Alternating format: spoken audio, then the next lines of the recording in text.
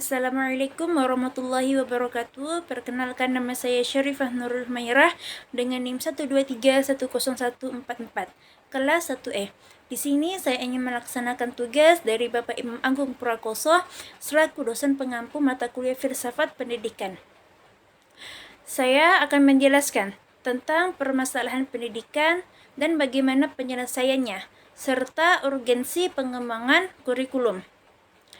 Pertama, kita akan membahas apa itu pendidikan. Pendidikan adalah proses yang terstruktur dan sistematis yang bertujuan untuk mentransfer pengetahuan, keterampilan, nilai, dan norma kepada individu.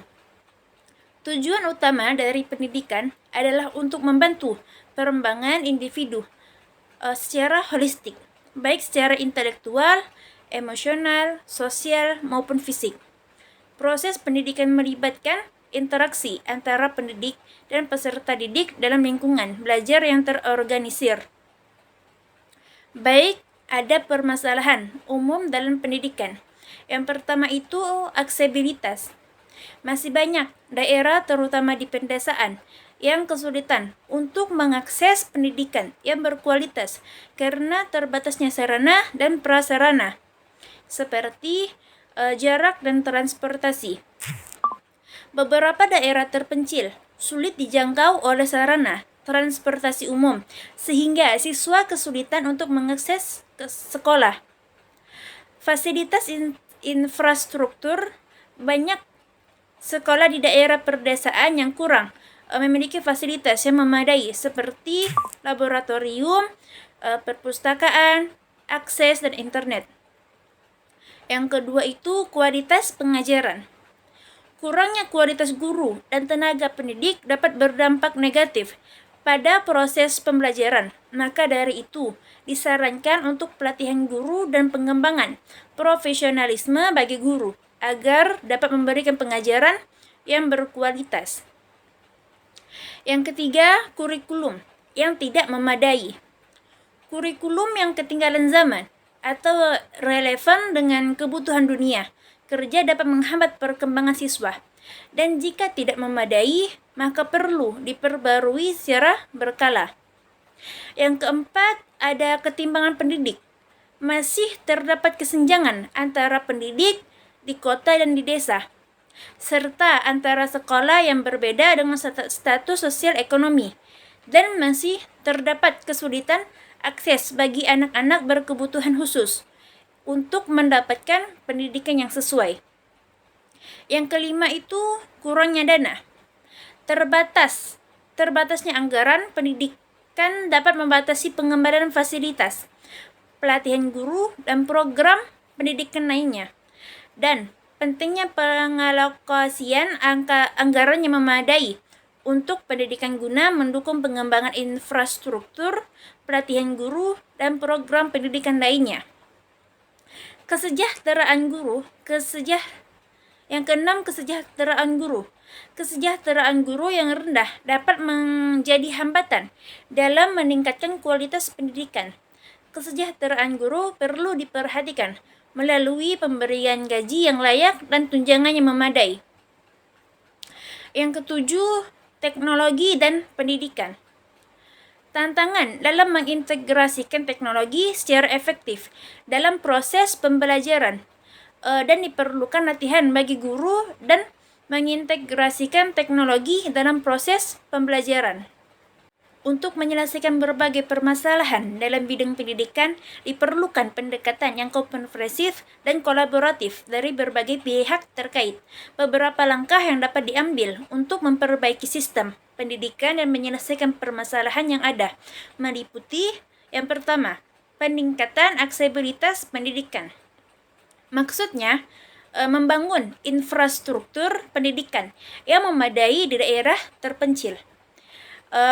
Lalu mendorong program beasiswa dan bantuan biaya pendidikan bagi siswa yang kurang mampu, dan memperluas akses pendidikan melalui penggunaan teknologi seperti pembelajaran online. Yang kedua itu peningkatan kualitas pengajaran, memberikan pelatihan dan pengembangan profesionalisme secara berkala bagi guru dan tenaga pendidik, dan mendorong kolaborasi antara sekolah, universitas, dan industri untuk meningkatkan kualitas pengajaran. Menerapkan sistem evaluasi kinerja guru yang transparan dan berkelanjutan. Yang ketiga, revisi kurikulum pendidikan. Maksudnya, mengkaji ulang kurikulum pendidikan agar lebih relevan dengan kebutuhan masyarakat dan dunia kerja. Memperkenalkan materi-materi baru yang sesuai dengan perkembangan teknologi dan ilmu pengetahuan. Mendorong pendekatan pembelajaran yang lebih interaktif dan berorientasi pada kemampuan siswa. Yang keempat, pengurangan ketimpangan pendidikan. Memberikan perhatian khusus pada pengembangan pendidikan di daerah pedesaan dan terpencil. Menerapkan program inklusi pendidikan untuk memastikan akses pendidikan bagi semua anak, termasuk anak berkebutuhan khusus. Lalu mendorong kerjasama antara pemerintah, lembaga swadaya, masyarakat, dan sektor swasta untuk mengurangi kesenjangan pendidikan. Yang kelima, optimalisasi penggunaan dana pendidikan.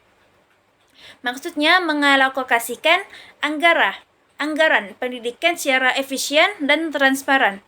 Memastikan bahwa dana pendidikan digunakan untuk pengembangan infrastruktur, pelatihan guru, dan program pendidikan yang memberikan nilai tambah. Yang keenam itu pendidikan kesejahteraan guru. Maksudnya, meningkatkan gaji dan tunjangan bagi guru sebagai bentuk penghargaan atas kontribusi kepada mereka. Menyediakan fasilitas kerja yang memadai dan kondusif bagi seorang guru. Memberikan akses pelatihan dan pengembangan karir bagi untuk meningkatkan kualitas pengajaran. Yang ketujuh itu integrasi teknologi dalam pendidikan. Maksudnya, memperluas akses teknologi dan internet di sekolah-sekolah, memberikan pelatihan kepada guru dalam penggunaan teknologi untuk meningkatkan efektivitas pembelajaran, mengembangkan konten pendidikan digital yang interaktif dan sesuai dengan kebutuhan siswa. Nah, dengan implementasi langkah-langkah tersebut secara berkelanjutan dan kolaboratif, diharapkan dapat tercapai perbaikan yang signifikan dalam sistem pendidikan dan meningkatkan kualitas pendidikan secara menyeluruh. Kita lanjut pada urgensi pengembangan kurikulum. Pengembangan kurikulum urgensi yang sangat penting dalam konteks pendidikan. Beberapa alasan mengapa pengembangan kurikulum menjadi hal mendesak dan penting, yaitu sebagai berikut. Yang pertama, relevansi dengan perkembangan terkini.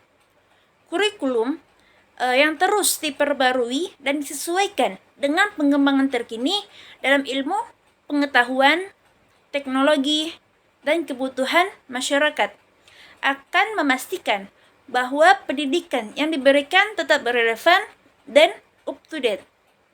Yang kedua, persiapan siswa untuk dunia kerja. Maksudnya, kurikulum yang relevan dengan dunia kerja akan membantu persiapan siswa untuk memasuki pasar kerja dengan keterampilan dan pengetahuan yang sesuai, sehingga meningkatkan kesempatan mereka dalam pekerjaan yang sesuai. Yang ketiga, peningkatan kualitas pembelajaran. Maksudnya, kurikulum yang baik dan sesuai akan meningkatkan kualitas dan pembelajaran di kelas. Dengan memberikan pedoman yang jelas bagi guru dalam merancang dan melaksanakan pembelajaran yang efektif. Yang keempat, pengembangan potensi siswa. Maksudnya, kurikulum yang dikembangkan secara baik akan membantu mengidentifikasi dan mengembangkan potensi serta bakat siswa secara holistik. sehingga setiap siswa dapat berkembang sesuai dengan kemampuannya. Yang kelima, mendorong inovasi dan kreativitas. Maksudnya, kurikulum yang mendukung inovasi dan kreativitas dalam pembelajaran akan membantu siswa untuk mengembangkan kemampuan berpikir kritis, kreatif, dan inovatif yang sangat penting dalam menghadapi tantangan masa depan. Yang keenam, mendukung pembelajaran inklusif. Maksudnya di sini, pengembangan kurikulum yang inklusif akan memastikan bahwa setiap siswa, termasuk mereka yang memiliki kebutuhan khusus, mendapatkan pendidikan yang sesuai dengan potensi dan kebutuhan mereka. Yang ketujuh, peningkatan daya saing global. Maksudnya di sini, dengan kurikulum yang berkualitas dan relevan, pendidikan di suatu negara akan lebih mampu bersaing secara global, karena lulusan akan memiliki keterampilan dan pengetahuan yang sesuai dengan tuntutan global. Dengan memperhatikan urgensi pengembangan kurikulum, pihak terkait di bidang pendidikan perlu terus melakukan evaluasi, pembaruan dan pengembangan kurikulum secara berkala agar pendidikan dapat terus berkembang sesuai dengan kebutuhan zaman dan masyarakat. Mungkin hanya itu yang dapat saya sampaikan. Kurang dan lebihnya saya mohon maaf. Assalamualaikum warahmatullahi wabarakatuh.